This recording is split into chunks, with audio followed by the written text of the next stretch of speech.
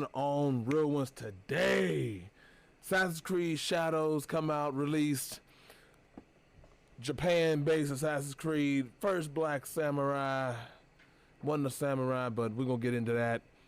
You know what I'm saying? People is upset about the game, and I'm gonna give my 2 cents on why I think why people are upset about it, especially Japanese people.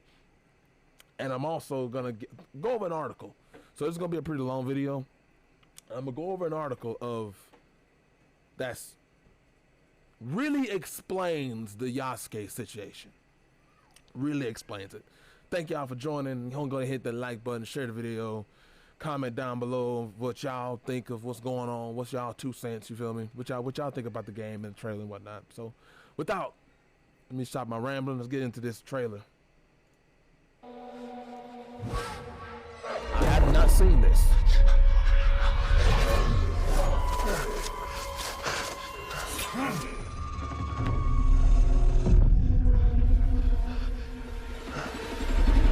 Who are you? Who do you serve? Alright, first off,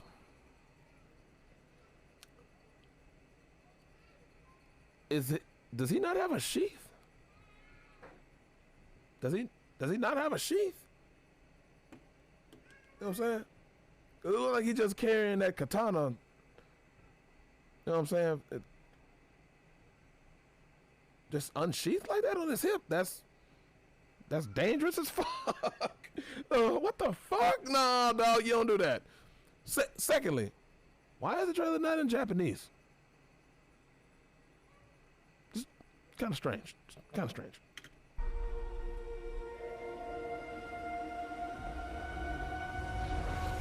All I have ever known in my life, our land,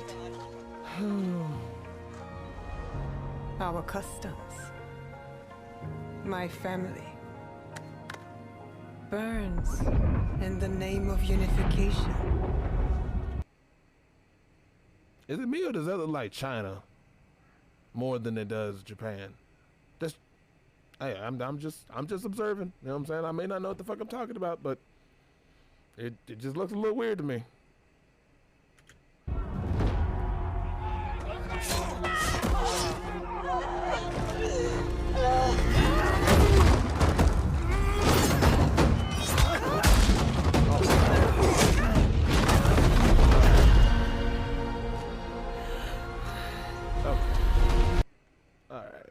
Alright. I see how this is gonna go. She better be a damn good kunoichi is all I got to say.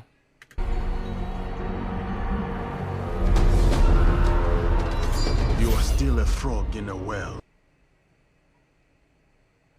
I mean, that was kind of clean how he resheathed his katana like that. That was pretty fire. I ain't gonna front. That was kind of fire. That was kind of fire. Who knows nothing of the sea? Come on, dog. The ocean's filled with new ships, but they all come from the same river. Greed.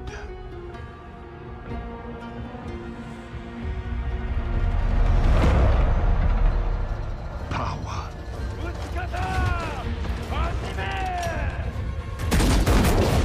Vengeance. Come on, dog. Look, man. I know y'all going with the Black Samurai, dog, but that's not Yaskue, bro. No, dog. No. They got my man leading an army, bro. But what the fuck?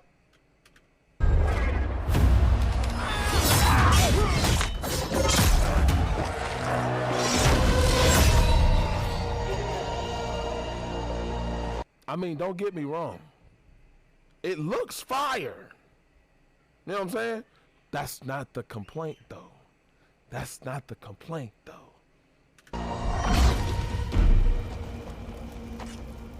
And you?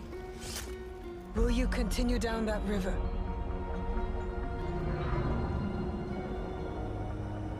Or choose another path beyond what we see? then we must look for it together.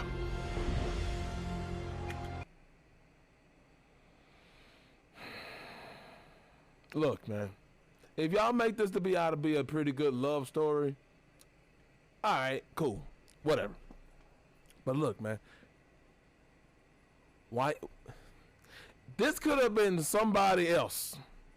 Y'all could have plucked this story and made his own motherfucking story about a black samurai growing up in Japan. You feel me? Could have made that your own game. That's what they did with fucking Neo. They made a brand new game. Okay, we're going to base it around this dude. I mean, hell, they've done Afro Samurai. You see how well received that shit was. You couldn't have just made a fucking samurai game, and the black samurai name is Yaskue. You know what I'm saying? Like, you could have easily done that. You know what I'm saying? But the first game, Assassin's Creed game that you bring out, you didn't do Oda Nobunaga. You know what I'm saying? The dude that he was serving under, you ain't do him. You know what I'm saying? That, you know, the unifier of Japan, you ain't do that. You know what I'm saying? You know what I'm saying? I forgot what it starts with a T. I forgot who it was. That unified Japan. You didn't do Hattori Hanzo, like the unknown singular black retainer that really didn't even have any real social status. I mean, he wasn't a slave, but I mean, he wasn't this. You know what I'm saying? I'm not saying the game is bad or whatever. This looks good. You know what I'm saying? But you're grasping for straws at that. You grasping for straws at that one, dog.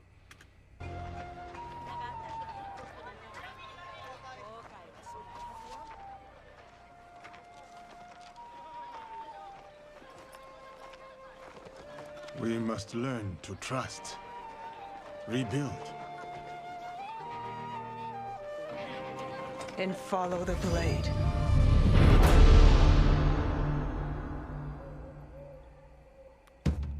I know this is supposed to be an Assassin's Creed game.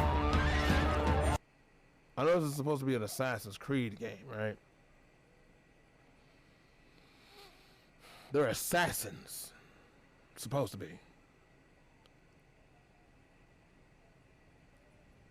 His ass sticks out like a fucking sore thumb. First off. Secondly,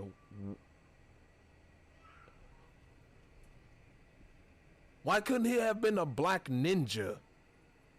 You know what I'm saying? Oh, well, that's right. Shut the fuck up. Why he couldn't been a black assassin, dog? You know what I'm saying? Wouldn't he have been the perfect ninja? Like, he ain't gotta really wear no face coverings. You know what I'm saying? Just around his mouth. You know what I'm saying? He could be the best infiltrator because he's black. The fuck? Like, couldn't y'all have done that, Ubisoft? Make him a black ninja? The dopest motherfucking assassin in Japan? Like, it's a fictional game. Yeah, we know that. But you try to go this whole historic route and then you don't even get it right? It's just like a slap in the face to the Japanese, dog. Why you didn't use a more, like, that's this whole pandering shit that they got going on nowadays, man. It's just...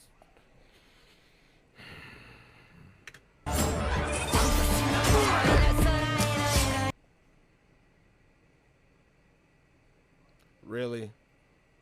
Really? She ain't that motherfucking heavy, bro.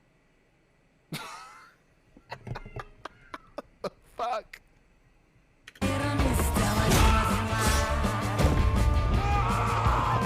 Ain't these motherfuckers supposed to be like some of the most well-trained samurai? Like, these motherfuckers are samurai. Ain't they supposed to be like, you know, trained in multiple martial arts? You feel me? And in ways of the sword. And this little old, you know what?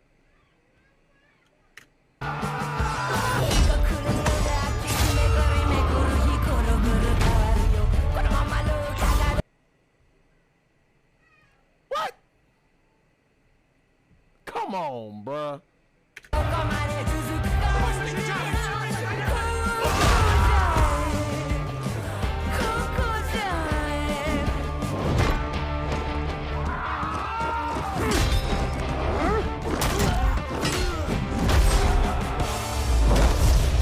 I said, who do you serve?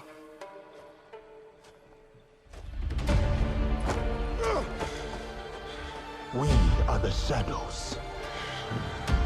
That served the light. You mean to tell? What the? Alright. So y'all couldn't have given the nigga some kind of armor so he can blend in?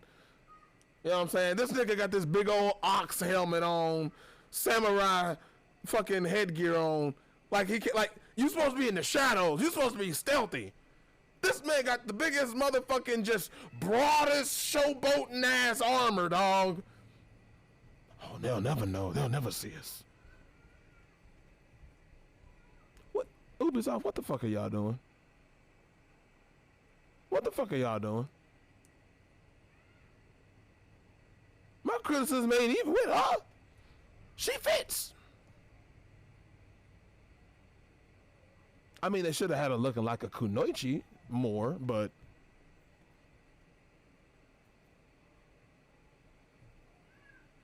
what the fuck? What? Okay. All right.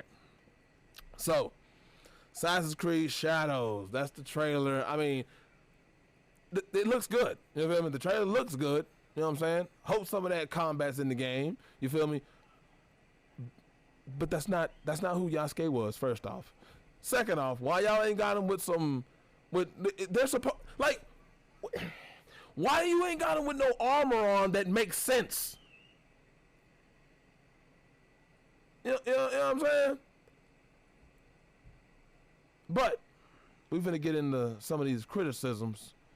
You know what I'm saying? People got some problems with the game because found out that that's not how the game was actually supposed to be. At first, so the game wasn't even supposed to be what you just saw, because according to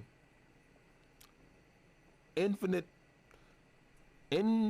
Tale Comic, responding to Learning the Law, he says, I worked on some narrative elements for the Shingoku period era of Japan for Assassin's Creed back in 2013, 2014. When I worked under contract in San Jose/Tokyo, I guess they tossed all of that out for Black Samurai and some cannon-destroying kunoichi boss. Oh, when I read this to y'all, you're gonna be like, why I didn't get this? Where the fuck was this at? Why the fuck did we get that? You know what I'm saying? Because no one's saying that Yaskue can't be in the game. No one's mad about that he's in the game. You know what I'm saying? That's not the point. The point is, that's not who he was. And two, there were more significant people to use than Yaskue. Okay? There was you could have, like I said, you could have used Hattori Hanzo. Oda, no, you could have used Oda and then had Yaskue in the game, dog. And then it could have been like Assassin's Creed 4, Black Flag. You know what I'm saying? Where everybody loved the black character in that game that was next to Edward Kenway. Everybody loved his motherfucking ass. And then he ended up getting his own shit. Releasing and freeing his people from Haiti. Like, come on, bro. You could have done it right. You could have done it right. But the first Assassin's Creed game you bring to Japan, you got to use the obscure black character. You're pandering, bro. You're pandering. Because like Assassin's Creed 1 with Altair, he fits. You got motherfucking Assassin, then you get the next protagonist, Ezio Auditore del Firenze. I probably butchered the fuck out of that. Alright? He fits. Assassin's Creed 3. If you was gonna do the switching, this would have been the game to do it. Okay? Because you could have used an African, a black slave. Could have gave us a badass motherfucking Assassin's Creed story. You didn't do that. You know what I'm saying? Could have used a Native American. You didn't do that. Okay? You get the Black Flag. You get the Black Flag, and you do it right. Granted, that wasn't an Assassin's Creed game. That was a pirate game. But you did it right. And we like that, brother. You feel me? You get to Valheim. You get to Valhalla. Valheim. Wrong game. You get to Valhalla, and you get a Scandinavian Viking. You get the motherfucking Odyssey. Roman, or was it Greek? One of them. He fits. You get the Origins. Oh, what you mad about it? Like Egypt. That game is fucking amazing. You know what I'm saying? And you could have did more in Africa. I don't understand. You could have done more in Africa if you wanted more black stories. You could have did Mansa Musa. You could have did Shaka Zulu, the Kushites, the Nubians. You could have did a multitude of things. But no. You choose the one obscure black character in the first Japanese Assassin's Creed game to make the protagonist. What? Come on, bro. Let's finish. Let's go on with this right here. Let's go on. I'm done ranting. Let's see what this creator that we used to work on Assassin's Creed back in the day had to say about the game that he worked on. He said, "I'm so glad I'm not in the industry anymore." We get that a lot. "I guess it's only fitting that my contributions to these studios vanish like everything else I worked on. Every MMO shooter I have worked on has been shut down. Here's a brief synopsis of the original story from what I can remember. It's been a decade." All right, fair. "The plot focused on the young monk,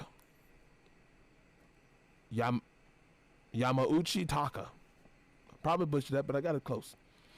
"As the playable ancestor, Taka means hawk, to coincide with the then naming convention of every playable hero being named after a bird of prey. No idea if that changed with all these newer disjointed games that no longer have Desmond as the core hero that bound everything together." Oh, old Assassin's Creed. Too good. It's too good. "The main conflict was about, quote, the Sword of Eden, aka Excalibur, Hanjo Masamune, Genghis Khan sword, etc., and how it had given its latest wielder, Oda Nobunaga, my bad, an unfair advantage in his conquest of Japan. After Nobunaga is assassinated by Hattori Hanzo." What did I just fucking say? What did I just fucking say? "Taka becomes a part of the Brotherhood and, under Hanzo, is trained as an assassin, shinobi. The Brotherhood try to transport the recovered sword out of Japan but are beset by the Jesuit Templar ships and is lost. To make matters worse, Hanzo is assassinated when he considers retirement as a monk. His lord, Tokugawa Ieyasu, charges Taka with finding the killer and recovering the sword. See, and here's the thing. They could have put the black guy in the game. You know what I'm saying? Because Hattori Hanzo assassinated Oda Nobunaga. The motherfucker that came and assassinated Hattori Hanzo could have been the black dude. And y'all could have made him one of the best motherfucking villains in the damn... Ah! Shit! But, you know what I'm saying? Black people can't be villains, because that's racist. Yeah. Tell me you didn't like Diamondback in motherfucking Luke Cage.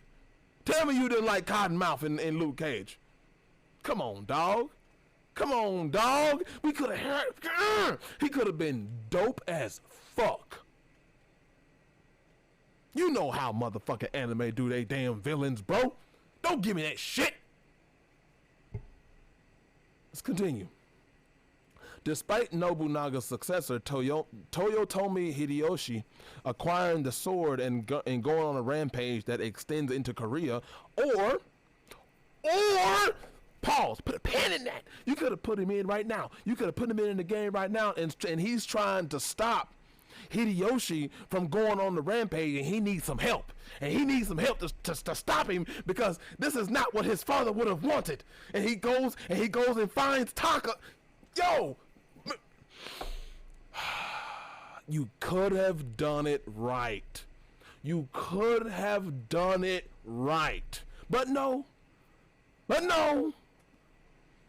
Taka steals the sword back, and Mad Daimyo loses his power, weakening his campaign in Korea.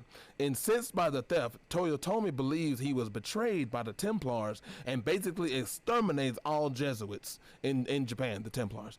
Taka infiltrates Toyotomi's castle and faces him in a final battle, resulting in Toyotomi's death. The ambitious daimyo is left to die as Taka slips away before his retainers could intercept him.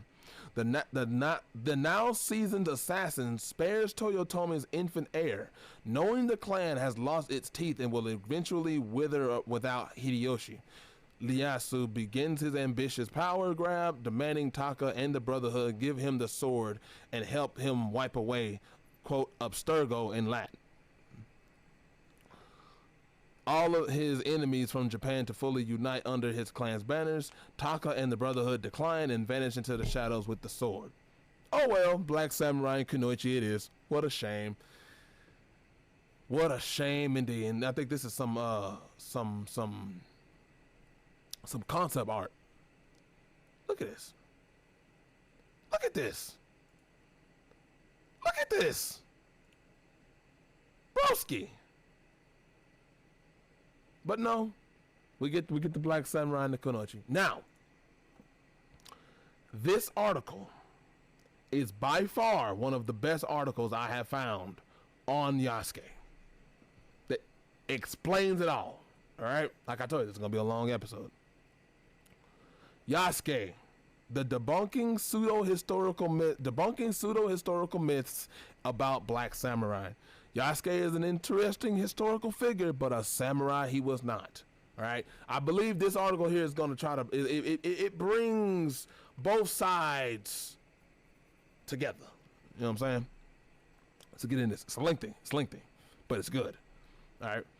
In the landscape of world history, the narratives of individuals from diverse backgrounds have been obscured or romanticized to fit contemporary ideologies. The story of Yaskue, a man of African origin who found his way to Japan during the tumultuous Sengoku period, serves as a compelling case study of this phenomenon. Yasuke's historical journey from possibly being a slave to becoming a retainer in the household of Oda Nobunaga, one of Japan's most influential daimyo, in his narrative ripe for exploration and reinterpretation. Okay? I might actually skip around because there's some things in that just takes up time. The narrative, however, has not been immune to the influences of Afrocentric romanticism, particularly strong among followers of the Afrocentric ideology in North America. This ideological perspective often seeks to rewrite history to an Afrocentric ideal, leading to romanticized and sometimes ahistorical myths that elevate Yaskue from his documented role as a kosho, that's important, to that of a samurai. The embellishment stems from a deeper cultural and historical yearning among descendants of slaves in North America who, severed from their ancestral roots, often seek to reclaim or co-opt histories that offer a sense of pride and belonging. Yasuke's story in this context is transformed into a symbol of Black empowerment and achievement despite the limited historical documentation supporting such a grandiose role. Yaskue arrived in Japan in 1579 in the service of an Italian Jesuit missionary, Alessandro Valignano. His tenure in Japan, though brief, lasting from 17 August 1579 to 21 June 1572, marked him as one of the earliest recorded Africans in Japanese history. Unlike narratives propelled by Afrocentric romanticism, historical documents portray Yaskue not as a samurai, but as a retainer to Oda Nobunaga. He was given a stipend, indicating his status was not that of a slave. All right, so he was not just some bottom feeder that he just carried around with him. All right, no, he had some status. You know what I'm saying? Not samurai, but status. All right, now this part right here is important. The samurai hierarchy. The samurai hierarchy was intricately linked with the feudal system of Japan, where land and the people who worked it were under the control of a lord or daimyo. At the top of this hierarchy was the shogun, the military dictator, followed by the daimyo, who were powerful regional lords. The samurai served directly under these lords as their military retainers, receiving land or stipends in exchange for their martial services. The distinction between samurai and a common foot soldier, ashigaru, was stark, with the former enjoying a significantly higher social status, which was often hereditary. The samurai were expected to be adept in various martial arts, especially swordsmanship, and were bound by a strict ethical code. This requirement of noble blood or lordly favor for samurai status underscores a fundamental aspect of feudal Japan society. The permeability between different social strata was minimal. Okay? You couldn't easily move up and down the ranks. Despite the romanticized narrative surrounding figures like Yasuke, the historical prerequisites for becoming a samurai were rigid and typically unattainable for foreigners or commoners without extremely exceptional circumstances, such as being adopted by a samurai family or having exceptional martial and personal qualities. All right, so based on that, Yasuke probably wasn't a samurai, just based on how hard it was to move up and down the ranks. Okay, now, the Kosho conundrum, because that's what Yasuke was. He was a Kosho, he wasn't a samurai, all right? In highlighting the roles and responsibilities of a Kosho in feudal Japan, it's crucial to underscore that, despite their training, loyalty, and proximity to power, Kosho were distinctly separate from the samurai class. These pages or attendants, often young men or boys serving samurai, daimyo, and other high-ranking figures, occupied a unique position within the Japanese feudal hierarchy that did not grant them the status, privileges, or recognition of a samurai. I know a lot of people are going to be upset about that, but the truth is the truth. You know what I'm saying? The distinction between Kosho and samurai is rooted deeply in the social and military structure of feudal Japan. The samurai class was not just a military designation, but a social caste that required noble lineage or significant personal achievement recognized by a lord. Being a samurai entailed not only martial prowess, but also adherence to Bushido, the way of the warrior, which encompassed a strict ethical code, lifestyle, and philosophy. Entry into this class was tightly controlled and could not be attained merely through service or loyalty.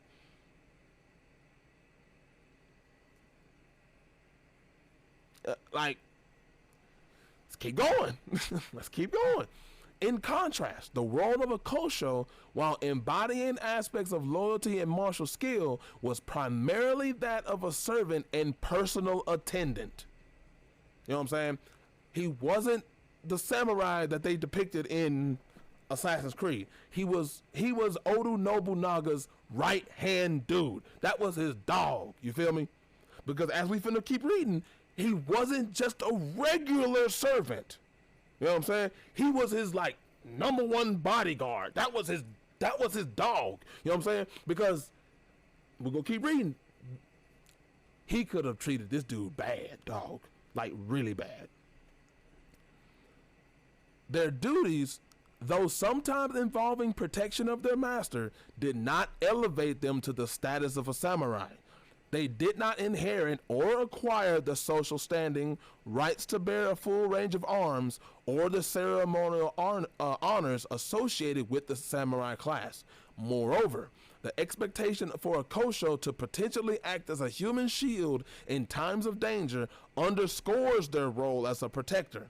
But this protective duty was a function of their servitude rather than an indication of samurai status. He wasn't a samurai, bro. He wasn't just a warrior. He was the Oda Nobunaga's personal bodyguard. Not a slave, but also not a samurai either. You know what I'm saying? He had some recognition and some name within Oda Nobunaga's house. You feel me? Within the house that he was living in. But if he ever stepped outside, no one would ever recognize him for what he really was. They would know, but they wouldn't recognize it. You feel me? The clear demarcation between the roles and statuses of Kosho and samurai highlights the rigid social stratification of feudal Japan. While a Kosho might earn respect and trust within their master's household, this did not equate to an elevation to the samurai class. Their lives and duties, steeped in loyalty and service, were integral to the functioning of the feudal lordship and the personal lives of the samurai they served. However, their position remained fundamentally that of a servant, distinct from the elevated social, military, and ethical standing of the samurai. So he may have been on equal, like a person of a samurai, but he didn't have the name, the recognition, the fame, the notoriety of a samurai. You feel me? Because, like I said, within Oda Nobunaga's house, he was, you know what I'm saying? He was up there in recognition.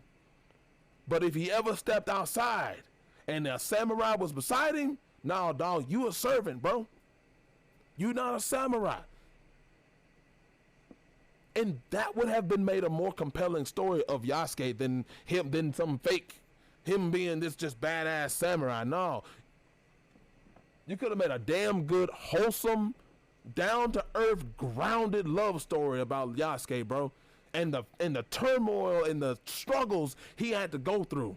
And him rising through the ranks to become Oda Nobunaga's right-hand man, dog.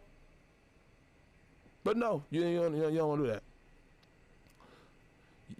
Now, this is where it turns into, like, all that what I just read was, you know what I'm saying, the Japanese cultural, why he wasn't a samurai. Now we're finna get into the good part, you know what I mean, of Yasuke wasn't just a normal person, bro. Like, he was just a nobody. That's not the case. Yasuke's unique position within Oda Nobunaga's I don't know what the fuck that word is, indeed suggests a certain level of privilege not commonly afforded to every attendant or servant. One of the most telling signs of this privilege was his permission to carry a short sword or wakizashi to protect his master. In feudal Japan, the right to bear arms was closely regulated and symbolized a measure of authority and status. While samurai were typically allowed to carry both a long sword, katana, and short sword, wakizashi, as part of their daisho, for a non-samurai like Yasuke, being allowed to even carry a short sword was significant. You know what I'm saying? Like, the brother wasn't just oh, well, look at my showpiece. Ha ha. Look what I got. Ha ha. No, he was like, this is my dog, and he gonna protect me if need be. He ain't just some regular nigga. Look at the weapon he got. Look at the money he got. The nigga ain't just some slave like the other motherfuckers out in the field. You feel me? Yasuke's presence in Nobunaga's retinue was then the privileges he was afforded, such as bearing a sword, likely made him an object of considerable interest and perhaps even a, quote, show-off item. In a society where black individuals were virtually unknown and often only heard of in stories or legends, Yasuke's physical appearance and his prominent role within a powerful daimyo's household would have attracted attention and curiosity.